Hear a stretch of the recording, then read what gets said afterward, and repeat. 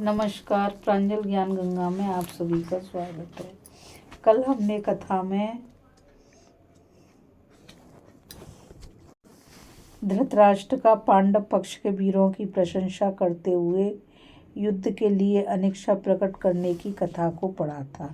आज हम कथा में दुर्योधन का वक्तव्य और संजय द्वारा अर्जुन के रथ के वर्णन की कथा को पढ़ेंगे। यह सब सुनकर दुर्योधन ने कहा, महाराज आप डरे नहीं, हमारे विषय में कोई चिंता करने की भी आपको आवश्यकता नहीं है।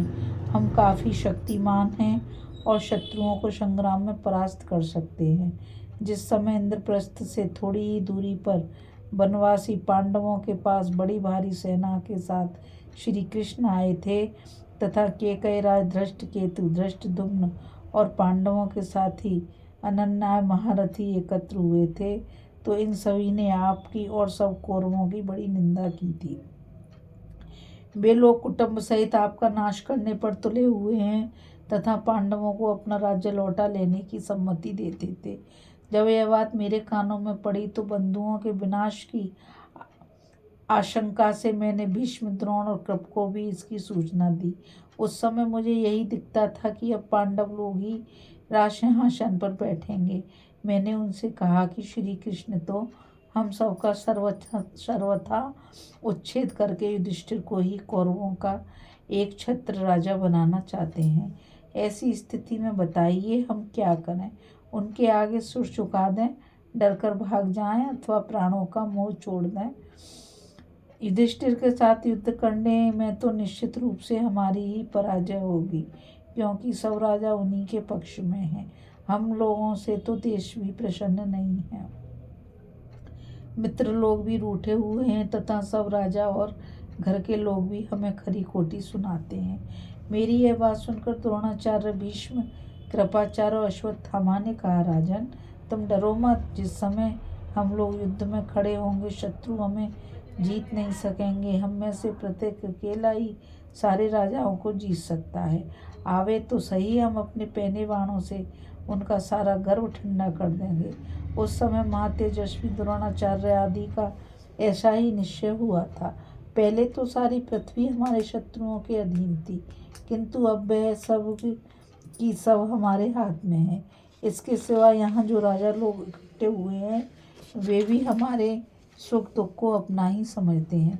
समय पड़ने पर ये मेरे लिए आग में भी प्रवेश कर सकते हैं और समुद्र में भी कूद सकते हैं। ये आप निश्चय मानिए। आप शत्रुओं के विषय में भड़ भड़ कर बातें सुनने से विलाप करने लगे और दुखी होकर पागल से हो गए।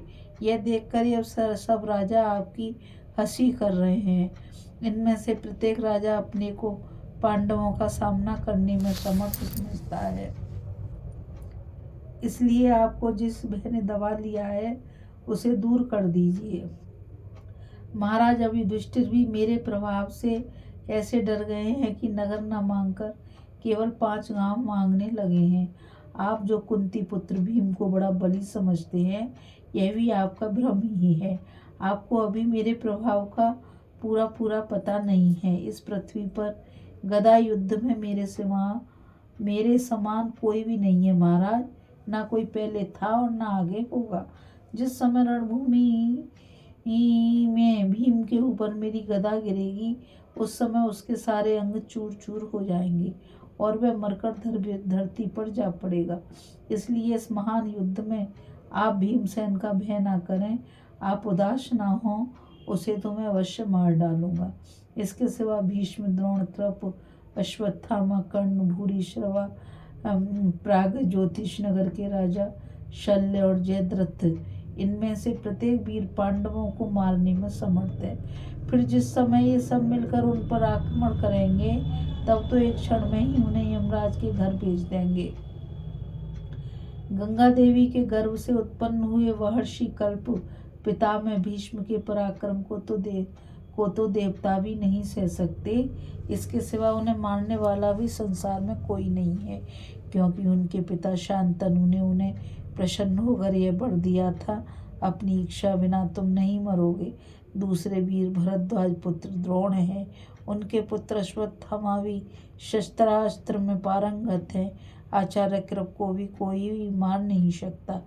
ये सब महारथी देवताओं के समान बलवान हैं। अर्जुन तो इनमें से किसी की ओर आंख भी नहीं उठा सकता। मैं तो कर्ण को भी भीष्म, द्रोण और कृपाचार्य के समान ही समझता हूँ महाराज। संशप्तक क्षत्रियों का दल भी ऐसा ही पराक्रमी है। वे तो अर्जुन को मारने में अपने को ही पर्याप्त समझते हैं, अतः उसके वध के लिए मैंने ही उन्हें नियुक्त कर दिया है। राजन, आप व्यर्थी पांडवों से इतना क्यों डरते हैं, बताइए तो।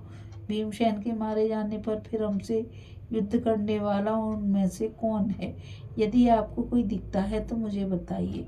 शत्रुओं की सेना तो पांचों भाई पांडव तथा धृष्टद्युम्न और सात्यकी ये साथ ही वीर प्रधान बल हैं, किंतु हमारी ओर भीष्म, द्रोण, कृप, अश्वत्थामा, कर्ण, सोमदत्त, वृषालिक, प्रागज्योतिष प्रदेश के राजा शल्य, अवंतीराज, बिंद और अनुबिंद, जयद्रथ, दुशासन, दुर्मुख, दुष्य, श्रुतायु, चित्रसेन, पुरुमित्र, विवशति, शल, भूरिश्रवा और ब्रकर्ण ये बड़े बड़े वीर हैं तथा 11 अक्षौहिणी सेना एकत्रित हुई है। शत्रुओं के पास तो हमसे कम केवल 7 अक्षौहिणी सेना है, फिर हमारी हार कैसे होगी महाराज? अतः इन सब बातों से आप मेरी सेना की सबलता और पांडवों की सेना की दुर्बलता समझकर घबराए नहीं। ऐसा कहकर राजा दुर्योधन ने समय पर प्राप्त हुए कार्य को जानने की इच्छा से संजय से फिर पूछा, संजय, तुम पांडवों की बड़ी प्रशंसा कर रहे हो, भला यह तो बताओ कि अर्जुन के रथ में कैसे घोड़े और कैसी ध्वजाएं हैं? संजय ने कहा, राजन, उस रथ की ध्वजा में देवताओं ने माया से अनेक प्रकार की छोटी छोटी दिव्य और बहुमूल्य मूर्तियां बनाई हैं। पवन नंदन हनुमान जी ने उस पर अपनी मूर्ति स्थापित की है और वह ध्वजा सब और 1 योजन तक फैली हुई है। विधाता की ऐसी माया है कि वृक्ष आदि के कारण भी इसकी गति में कोई बाधा नहीं आती है।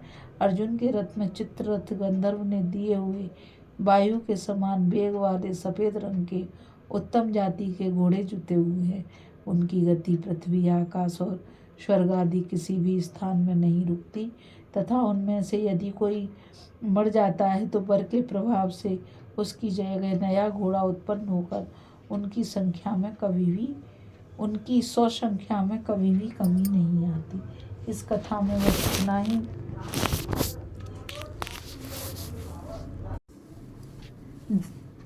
अभी हम कथा में धृतराष्ट्र से दुर्योधन की बातचीत को सुन रहे थे और संजय के द्वारा अर्जुन के रथ के वर्णन की कथा को सुन रहे थे। और आगे की कथा में हम